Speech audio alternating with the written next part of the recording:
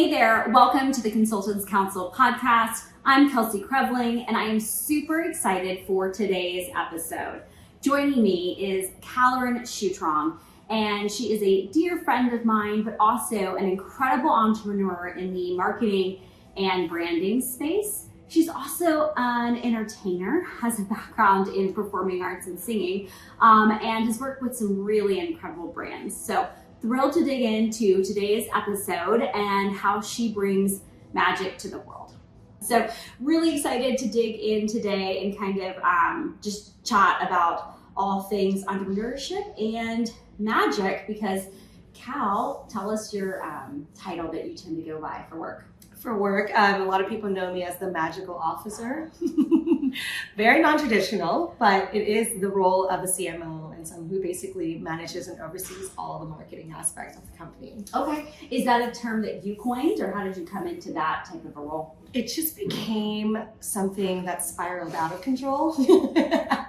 Well, when I started with Boka, it was like the very first startup that I, got into. Mm-hmm. And I wore so many hats. As you know, startups are all about kind of maneuvering around the company. And I just started hearing them call me, wow, you're like creating magic, you're making magic, you're like the magical officer. And I was like, okay, then maybe we'll change our title, make it a little less, super corporate-y and make it fun. And that's how the magical officer came about. Okay. Now, what do you think about your background lends you to being able to bring magic to the table? So I started my career very, very early. I was 14 and I knew what I wanted to do. I wanted to become a singer, an entertainer.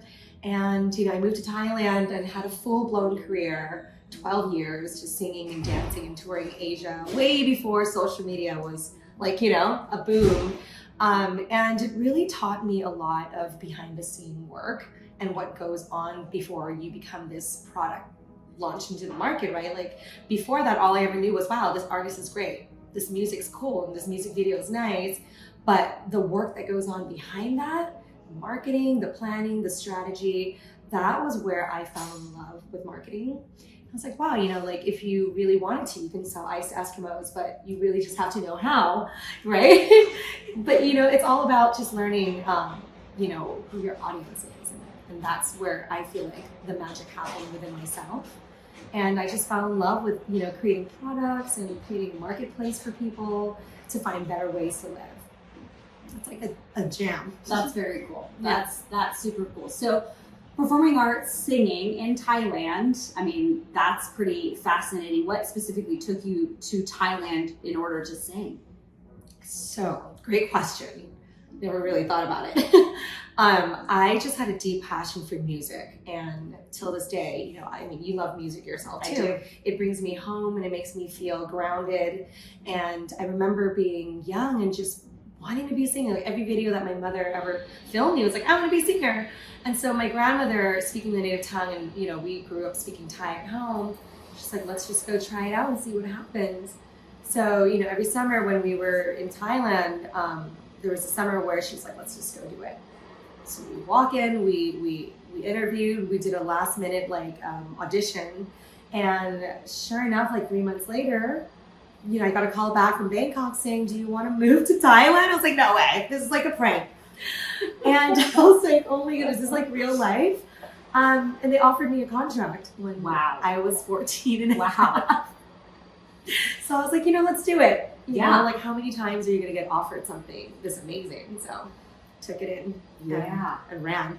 Did you speak Thai before you moved? Yes. Okay. Yes. That helps. A lot. I learned how to be a little bit more cultural when I got there, because I was born in the Western world, but did struggle a lot with the dynamic and the changes. Wow. Yeah. And you ended up going to boarding school there too. I did. What was that like? It was crazy. It was a huge shift. Growing up in a public school system in California and going into the most prestigious elite school in Bangkok and in Asia. I went to Harrow International School, Bangkok, which is a British boarding school. Crazy culture shock. I was, the black sheep, of course. Aww. I paid my way through the entire thing. Yeah. And it was such a great experience. I met a lot of great people along the way. Till this day, we're still very good friends. And, you just get thrown into this beautiful culture of entrepreneurs and children who grew up with the opportunity to, build businesses or homes or property. It's just so cool. Like, it's like so cool. I wouldn't trade it again for anything. That's awesome. What was the hardest part though about just completely kind of uprooting the life as you know it and moving at such a young age? Mm-hmm. I think uprooting is something that I grown to really appreciate. Didn't really understand it when I was young. I had a single mother, so we were always constantly moving, and uprooting to Asia was more of like a challenge at that time, like in retrospect, of course. Mm-hmm. And I think it just builds resilience, to be able to handle changes and know that change is okay, and really just going along with it and not really resisting it. Yeah, that's a good lesson for all of us, is being able to adapt to change and being able to be comfortable with it, because it's the only constant that we have. Yes, sister, it's true. Yeah. And once you become grounded in knowing that change is constant, like you're able to go through life in a much more non-resistant way. Yeah. And it's great. It's been great so far. Okay, so then how did you pivot from singing and performing into marketing, media? What really prompted that type of a transition? It was so difficult, actually, because I moved back to the States when I was 23. Okay. Immediately had a family at 25, and a stay-at-home mom, and I was wondering, what do I do from here? Okay. There was a point in time where I felt like I was stuck, and I just did not know why. And being a mother pushed me into this world of creativity, and I just wanted to be connected with my child. So I started doing influencer marketing because it was so new back then. I was getting products from brands like Up a Baby, all these brands that we see now that are super, well established in the industry, was fairly new back then. And there was a huge movement for millennial moms and breastfeeding and all these things that I was so in alignment with. And I kind of started there. I was posting for products, and they would pay me really well. And then I saw the bridge in between that was missing. So as I said before, when I was singing and dancing, I saw the marketing that went on behind it, and then I saw the final product, and I saw how it was being consumed in the market. Yep. I was like, wait a minute, maybe I can put the two and two together. And that's how I pivoted into, just reaching out to brands. Every 100 cold email I sent, maybe I got back to, or sometimes none. But I was constantly I'm going to keep on going. Yeah. Because, I'm at home, I'm breastfeeding, I'm not doing anything.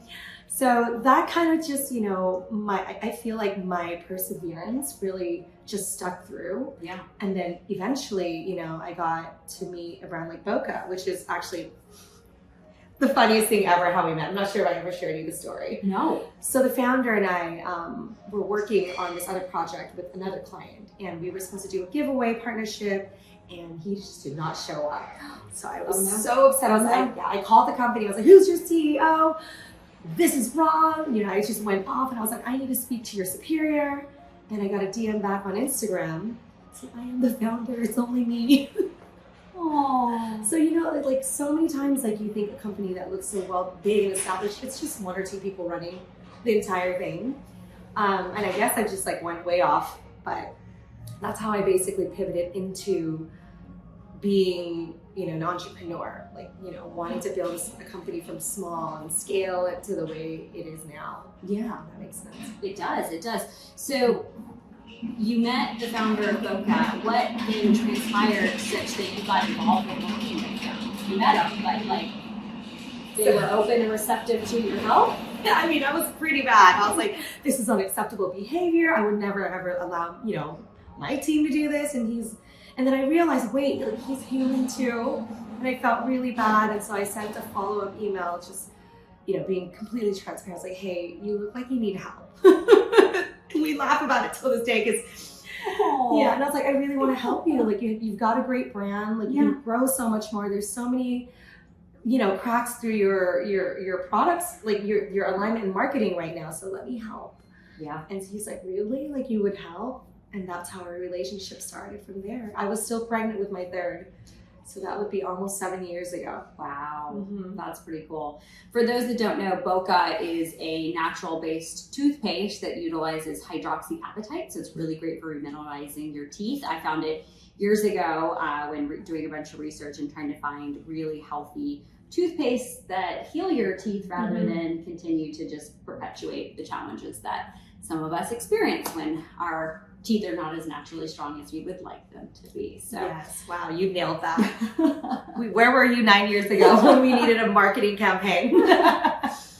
I love their toothpaste. I still use it to this day. But yeah, it's a great brand, and it's really fun that you then got to be a part of its growth. And I mean, tell us about its growth and how you took it from kind of where it was initially operating to where it is now. Right, so it was always a test and go. We were so new in this category, and as we know, we have giant CPG companies like Crest, Colgate, who have been in the market for so long, trying to go natural, but really not going natural. So we were up against Goliath, right? But when we pivoted, we really went the authentic route. We went with dental professionals who were seeking holistic alternatives. We really tapped into a market that was untouched. And when we went viral, it was during the time of COVID, when people were already trying to seek preventative measures and kind of like preventing the problem at root.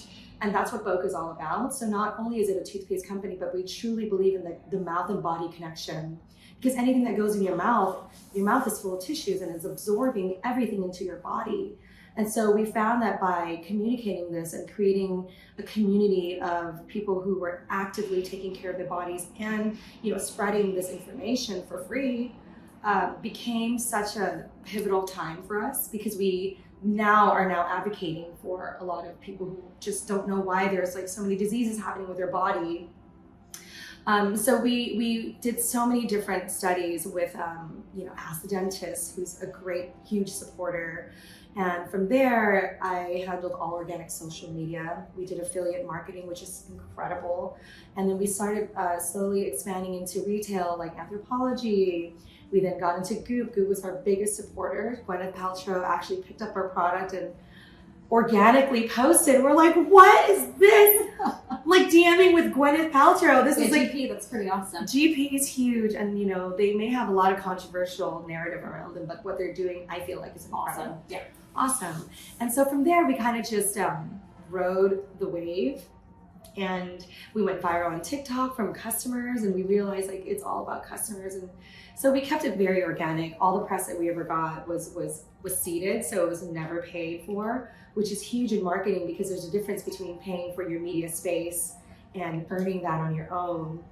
So I kind of just wore all the hats until we exit, and it was such an incredible journey.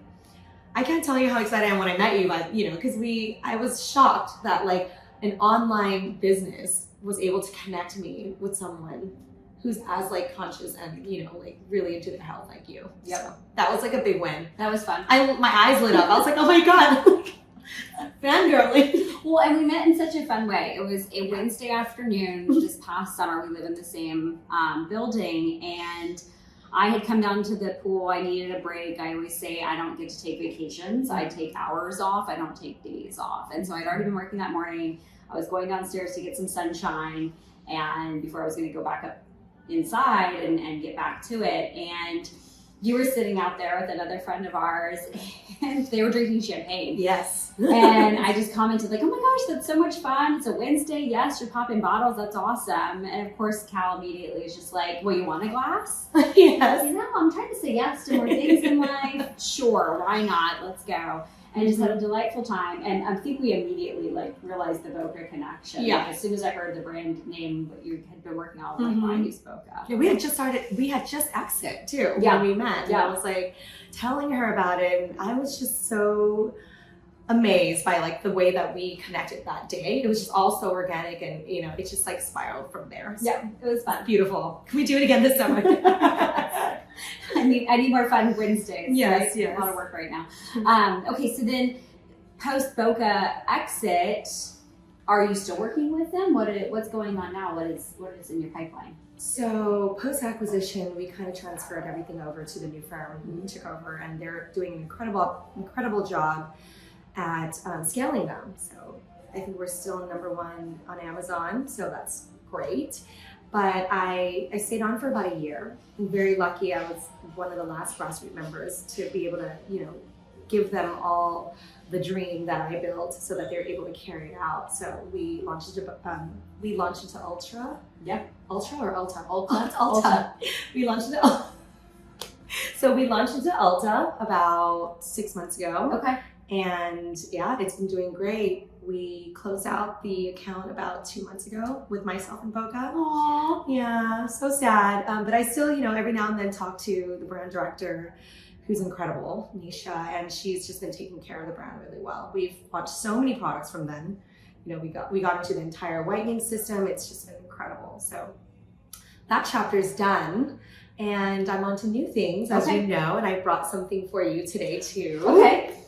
So this is Under Pressure. I know you're into acupressure and all holistic things. I am. So these are acupressure beads. They are at-home acupuncture. Okay. Mm-hmm.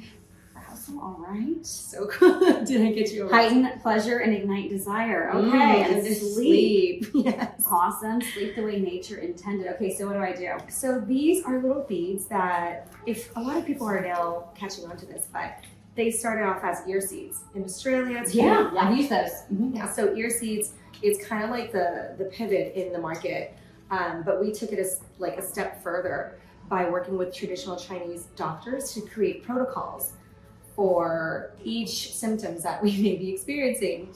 I know this is a little fun. Those look so great. It's incredible. So that's the arousal one, and there's a good kind of pressure. The great kind of pressure, and this is our sleep protocol, which I'm obsessed with. I need that. Obsessed with. So when we work with our TCM doctor, we basically pulled out each point in our body. As you know, like a lot of people don't know this, but we have pressure points in our body that stimulate certain parts of our organs.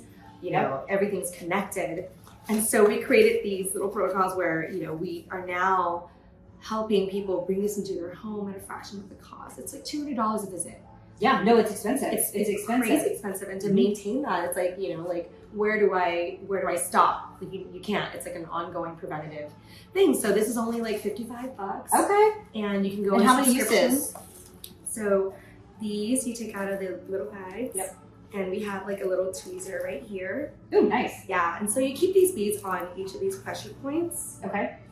For 3 to 5 days. Okay. And you only use it on one side of your body. Interesting. And then you switch for every 3 to 5 days because it has to balance out. Mm-hmm.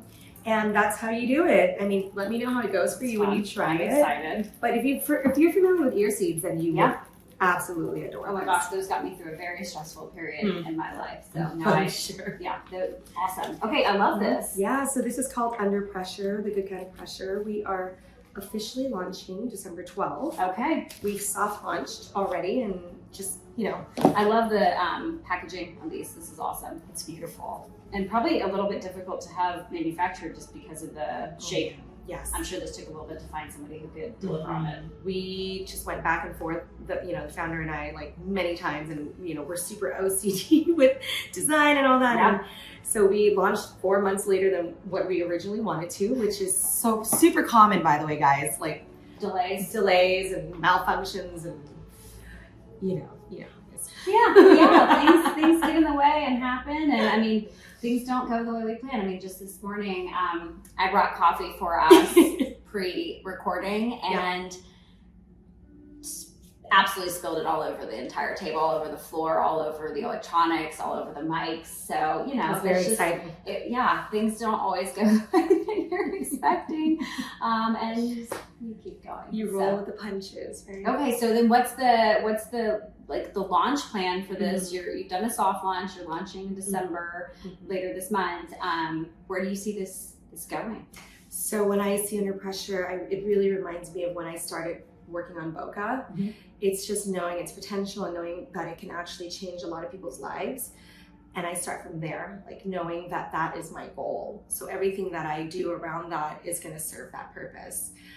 We ideally want to eventually get into healthcare. Okay. Because I believe that, as Western medicine is great, but it's very reactive. And so our mission is to prevent diseases from forming and, relieve anxiety before it happens. And the goal for Under Pressure is to slowly expand. We are a D2C based company, so it's direct to consumer. You can get on subscription. And eventually next year, we're going to expand into retail. Okay. Yeah, so we have a few that have signed on. So you should be seeing something early 2024. Awesome. Very familiar companies. Okay. And from there, hopefully we slowly expand into more niche markets. But Okay. like Neiman Marcus and stuff like that. More of a gift guide for people that, gift their friends. Yeah. With good health. And that's a neat thing to be able to do, because I mean, health is certainly a personal pursuit. It's one that requires a lot of internal accountability. Mm-hmm. And when we outsource it to others, oftentimes the results are not as great as they would be if we really took accountability ourselves. So I love this. This is a lot of fun. But in addition to working with Boka and now Under Pressure, you also have your own firm. Mm-hmm. So tell us about that. Yeah, so my boutique agency is called Social Mar, and it's basically social marketing. Mm-hmm. And it has been going on for about 8 years now, but it started off with just me. And now there's 2 of us. when I say we, back then it was just me and me. Yeah, and the me, royal me. we. The royal we. Yeah. Very familiar with that. But yeah, so my main bread and butter is consulting for startups and kind of helping them create a strategy to go to market, or even branding. We help with, content, just anything basically to get your brand equity, to build that strong presence and, build a community for your company. And it's been going great. It's very slow and steady, but we work long-term with a lot of brands. We've worked with Avocado, which is the mattress company. Yeah. Up a Baby, Mm-hmm. which is the baby company ultimate experience. We work with so many different verticals. So it's the same for me. I find it that we have like a strategy, and we just have to like maneuver it into the brand. So that's what we do. I mean, we as in I. So then how do you find these organizations to work with? Business development for consulting practices can be challenging. What do you find fills your pipeline? So when I first started, like I said, we did all cold email outreaches. And from there, I believe in building very strong relationships with the people that I work with. And my biggest thing is delivering quality work, regardless of how you feel with your internal team or, anything that goes on, because it becomes very stressful sometimes. But my biggest thing is relationships. So as long as you're building a genuine relationship with your clients or the people that you work with, you now become, friends. And when you become friends, you build a stronger connection with your work, and your work just gets delivered in a way where it's top quality, and I have just carried that into every relationship that I bring. And sometimes I know it's really outrageous. It shouldn't have to be. It shouldn't have to be, but it should be the norm. Should be the norm. And so that's kind of just my way. And the magic comes from being able to connect with people. And when you're able to connect, you break and you shatter glass ceilings. It's just how I've operated. Yeah. Mm-hmm. So you've got a lot always going on and on your plate in a lot of different ways. Also a mom of 3. I mean, like that, I can't even begin to fathom what that is like. How do you balance? How do you come back to yourself? Man, that's a great question. So owning a company, doing startups, being a single mom of 3 is just crazy to me. Sometimes I'm like, what am I doing? It's a constant go. But, sometimes I look at it as like, we only get to do this once. And if we're having fun doing it, it just becomes so rewarding. I've homeschooled my kids all their life. They just started going to school, and seeing them go out there, becoming little humans, making decisions on their own with how I nurtured them, it's just incredible, right? It's like building a brand. Yeah, I don't building humans. But building little humans, and these little humans, are a reflection of me, just like all my brands that I've built and exit. So it's just beautiful. I find the journey way more fun than the destination, always.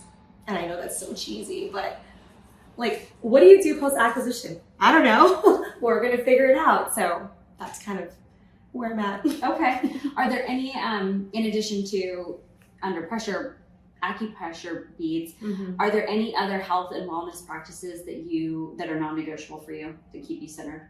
Absolutely. Meditation. Okay. Meditation is huge. So I grew up in a very Theravedic family where we practice meditation even when we walk or when we're brushing our teeth. Just little moments where you can really just be present is very important to myself and my children. And children, as we know now, we're so consumed with constant entertainment or just stimulation, and myself as well. Like, I'm in social media and there's times where I really just have to get off. Right. But a non-negotiable for sure is meditation. And number 2 is being genuine, regardless of whatever relationship you run into. I think being genuine and knowing that you're providing your best self, you'll never lose. You know what I mean? Like, you will always win. Yeah. Yeah. Because, when you're younger, you have so much to prove. Or like me. So you're constantly seeking something that's outward. But as long as you're bringing something from the insides out, I think that's sustainable. That's beautiful. Stop. You're making me cry.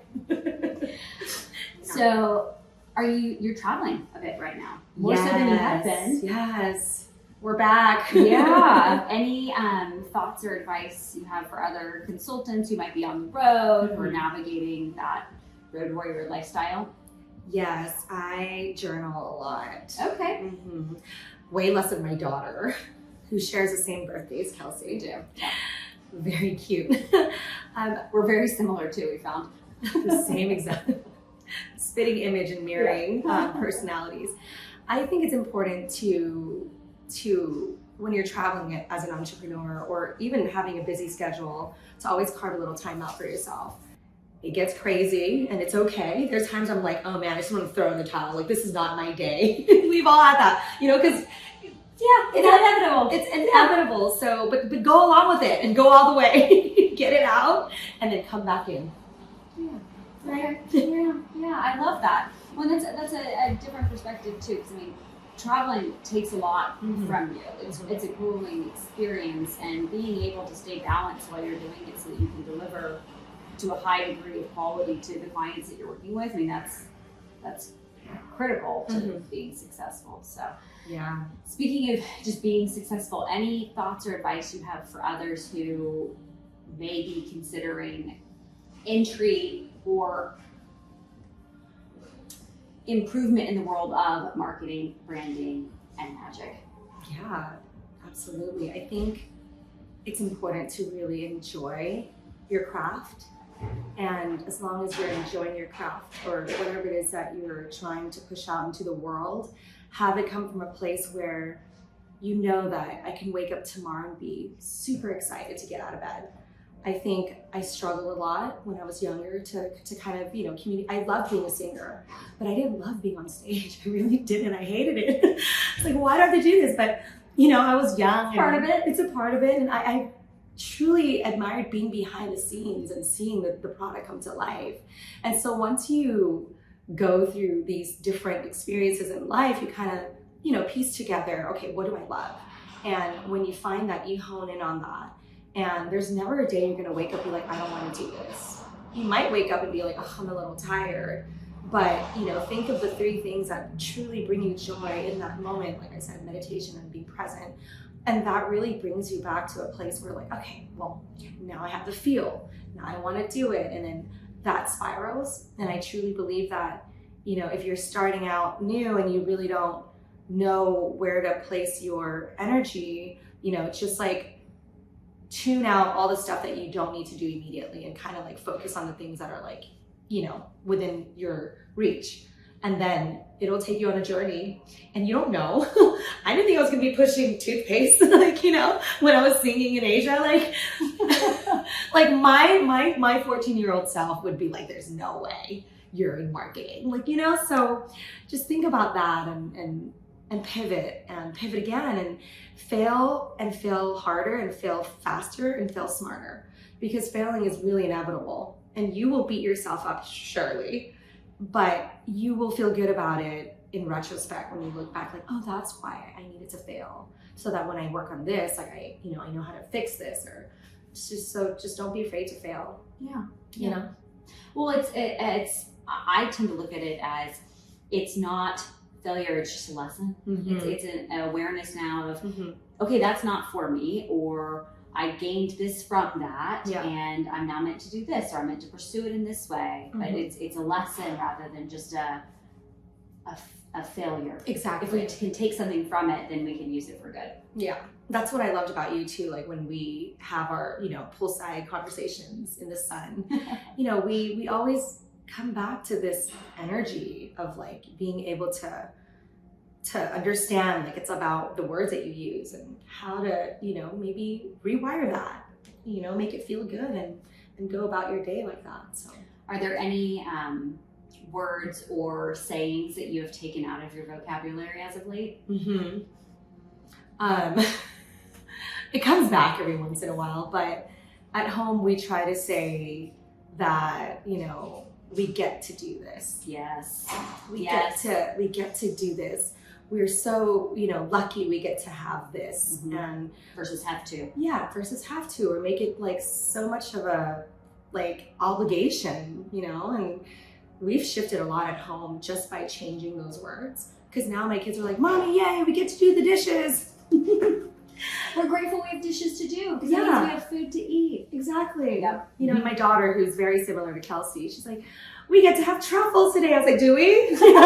That's a little extreme. Like, it's not about truffles. It's about getting to, have a nice meal together. So, I really love seeing my kids practice this. I didn't, grow up with a very, how do you say this? Parents who were open in having conversations like these. So Sure. seeing them adapt and really just grasping onto that, it just makes me happy. Well, and that mental shift does a lot for our well-being. Of course. Yeah. Yeah. Words are vibrations, and sometimes even when you're spiraling out of control on a bad day, like you realize like, wait, let me just Gotta check myself. and then Bring that restart. back in. Yeah, take it out. Yeah. Yes. Napping is my go-to, and I'm just Siesta. that or shower or Yeah. like go walk outside. For sure. And we really live it too, guys. Like you have to see Kelsey. She's just incredible. Like she does it all, like everything. Really. Not all at the same time. No. Everything in its place. I've always thought that like we get what we want, but rarely all at the same time. Yeah. Same thing goes for being able to do it all. You can, but just not all at once. Things No. happen at different times in your life when they're ready. So. I love that. Any other thoughts or advice you would give to other consultants? Yeah. I mean, I hope that my experience can shed some light on the things that you have been seeking.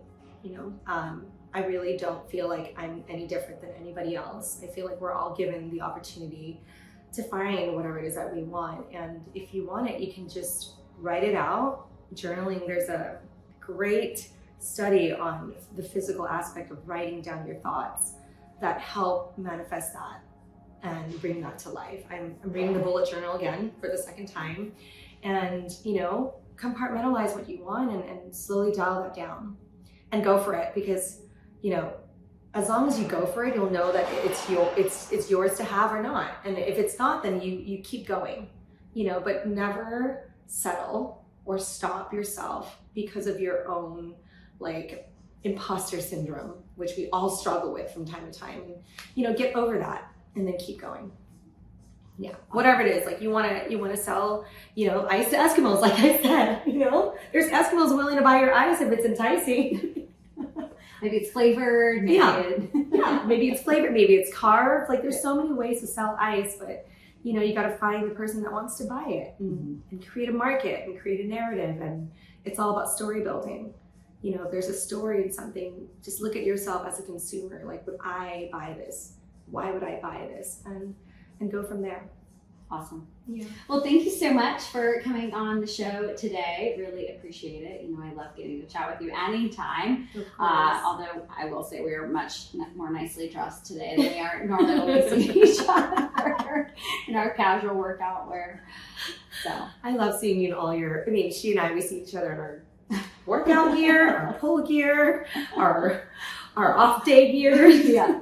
And this is the most put together. This is a bit more put together for sure. So thank you so much for having me. I'm always Absolutely. inspired by you, and I can't wait to come back on with like Awesome. more products that we're shifting into the market. So sweet. Awesome. Well, thank you, Cal. All right. thank you.